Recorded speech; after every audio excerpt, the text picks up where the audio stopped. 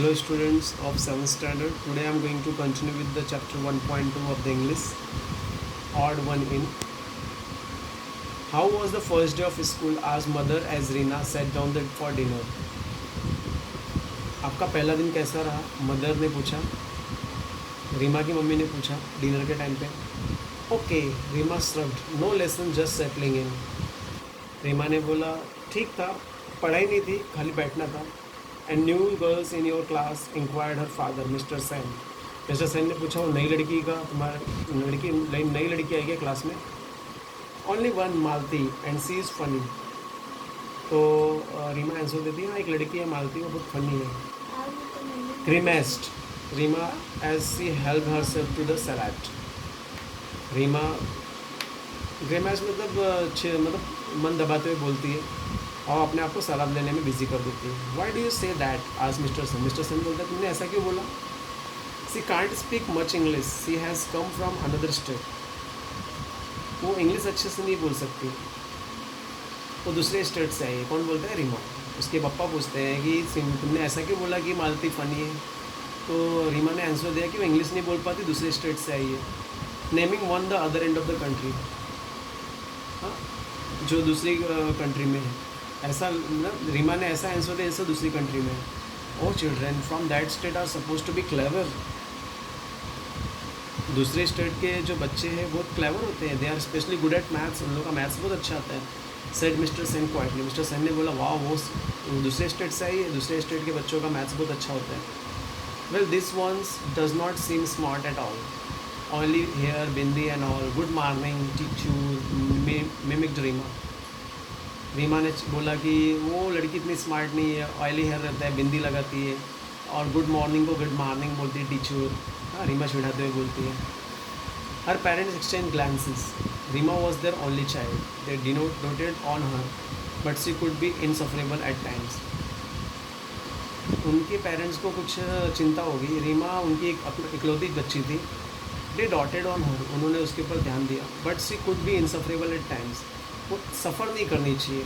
I do hope and your friends will not make things too difficult for Malti. Sighed mister Sen as he rose from the table. Mister Sen जैसे table से उठने लगे तो बोले कि देख मैं आशा करता हूँ कि तुम और तुम्हारे फ्रेंड्स मालती को चिढ़ाएंगे नहीं. Reema and her gang decided to do just that. लेकिन रीमा और उसकी गैंग ने क्या डिसाइड किया था कि मालती को चिढ़ाने का.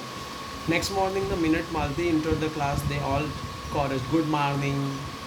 अगले दिन मालती जो है क्लास में एंट्री लेती है और सब लोग जोर से चिल्लाते good morning. Poor Malti she did not realise that they were making fun of her. Malti को कुछ समझा नहीं, उसको ये भी नहीं पता चला कि सब उसको चिढ़ा रहे हैं. से beam back at them and replied good morning. वो भी पीछे मुड़ती है और गुड मॉर्निंग बोलती है सबको. ठीक है, तो इस पैराग्राफ में क्या है, जो रीमा की माँ है वो डिनर पे बैठती है और पूछती है कि तुम्हारा पहला दिन कैसा था. रीमा बोलती है ठीक था, खाली बैठना था. तो उसके पिताजी पूछते कोई नई लड़की आई है? तो मालती बोलती है हाँ एक लड़की है रीमा करके, बहुत फ़नी है. मालती करके बहुत फ़नी है. तो मिस्टर सेन पूछते ऐसा क्यों बोल रही हो? तो रीमा बोलती है वो इंग्लिश नहीं बोल पाती, दूसरे स्टेट से आई है. राइट. तो मिस्टर सेन बोलते वाह दूसरे स्टेट से उनके मैथ्स बहुत अच्छे रहते हैं. नहीं, रीमा बोलती नहीं वो मैथ्स का उसका पता नहीं, इतनी स्मार्ट नहीं है, ऑयली हेयर है, बिंदी लगाती है और गुड मॉर्निंग बोलती है. उनके पेरेंट्स को चिंता हो जाती है. हाँ, रीमा उनकी इकलौती चाइल्ड होती है. हाँ, वो उनको सफ़र नहीं करना चाहते थे. तो मिस्टर सेन बोलते हैं कि मैं आशा करता हूँ, मालती को बोलते हैं कि मैं आशा करता हूँ कि रीमा को बोलते हैं कि मैं आशा करता हूँ कि तुम मालती को चिढ़ाओगी नहीं.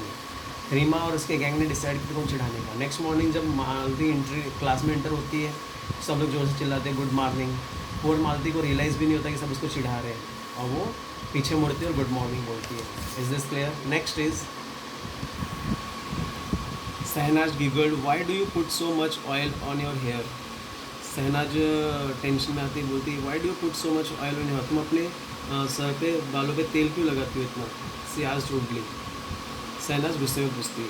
मालती looked offended but did not reply. Malti देखती लेकिन कुछ रिप्लाई.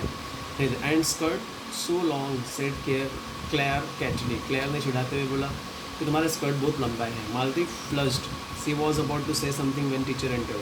मालती कुछ बोलने वाली होती है तभी टीचर एंट्री लेती है. एज अ क्लास प्रोग्रेस, जैसे ही क्लास चालू होता है, everyone was surprise to see Malti raise her hand whenever teacher asked a question.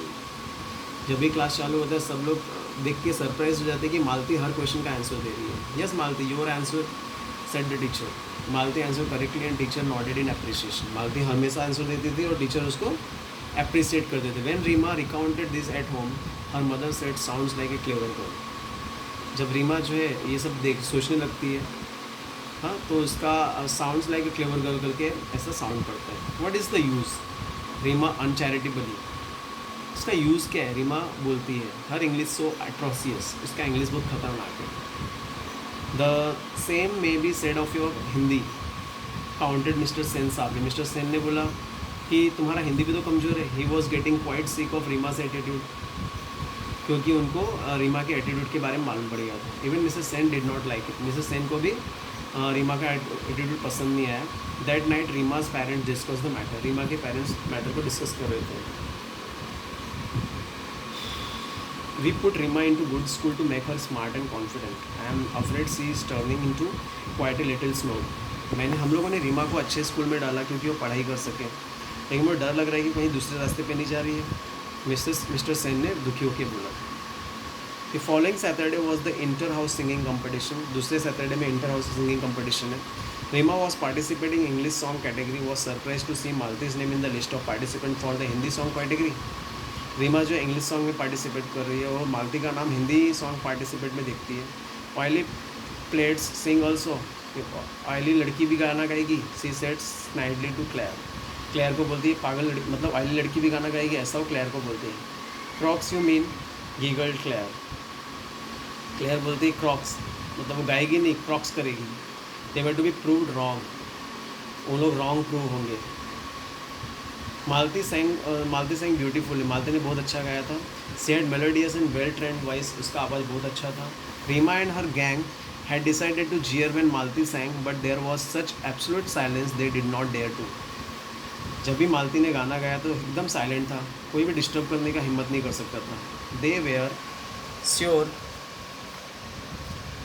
To get caught. उनको डर था कि कहीं पकड़े ना जाए. When Malti finished the principal was the first to start clapping. जब भी मालती ने गाना ख़त्म किया तो प्रिंसिपल ने पहले क्लैप किया, followed by the teacher student. उसके बाद टीचर और स्टूडेंट ने भी क्लैप करना चालू किया. Is this clear? तो this paragraph, from this paragraph I am giving two question. I am going to give you the questions. The first question is how did Reema decided whether or not Malti was smart. What is your opinion? Reema ने कैसे decide किया कि मालती smart नहीं है, और इसका हम लोग का क्या ओपिनियन है? तो the answer for that question is Malti was not good in English because of oily hair. Rima decided that Malti was not smart. Malti was not good in English. English में अच्छी नहीं थी. Because of oily hair, OILY, oily hair.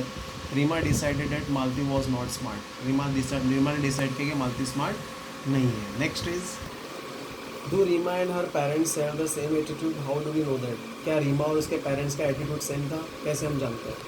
Answer will be this line. No, because Reema was against the Malti but parents was in favour of Malti. नहीं, उनका attitude same नहीं था, because Reema जो है मालती के अगेंस्ट में थी, पेरेंट्स जो है मालती के फेवर में थे. Next question is who said to whom. Same may be said of your Hindi. Mister Sen said to Reema. And the skirt so long, Claire said to Malti. Okay, this then along with that you have to do the dictation word. Sorry, not dictation word, but word meaning. Recounted, told, atrocious. Recounted मतलब told. Atrocious मतलब here it means of very poor quality. Snidely मतलब in a nasty manner. Jeer मतलब make rude remarks in loud voice. The 4 word meanings are there. First, recounted means told. Atrocious means here it means of very poor quality. Snidely means in a nasty manner. Jeer means make a rude remark. Loud voice, ज़्यादा आवाज़ करना. तो total 4 है. Recounted, told, atrocious, poor quality. Snidely means nasty manner. Jeer means make rude remarks and loud voice. Okay.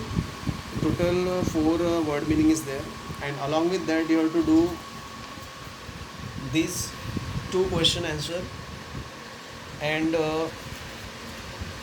along with that you have to do 2 who said to whom, right? Total 2 questions 4 word meanings, and to whom you have to do as a homework for today. If any doubt is there, please ask. Thank you. Have a great day.